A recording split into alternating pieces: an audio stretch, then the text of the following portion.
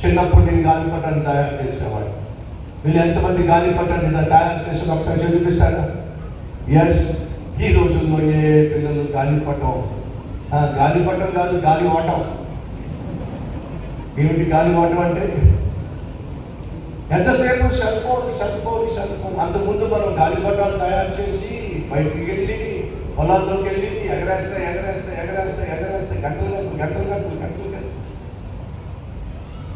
అది ఈ రోజుల్లో వాడిని చూసి వీడిని చూసి వాడు, 100 మంది కలిసి అందరూ కలిసి చక్కగా గాలిపటాలు ఎగరేసేవాడు. ఈరోజు ఎవరు కలవట్లా.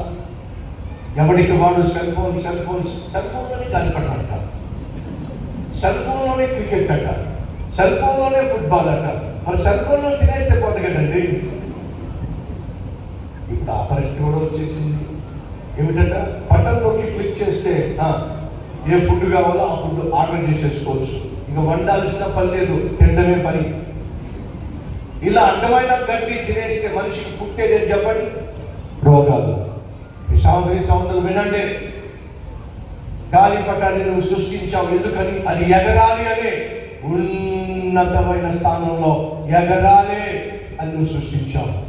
అలాగే దేవుడు కూడా నన్ను ఉన్నతమైన జీవితం జీవించాలనే దేవుడు నన్ను సృష్టించాడు.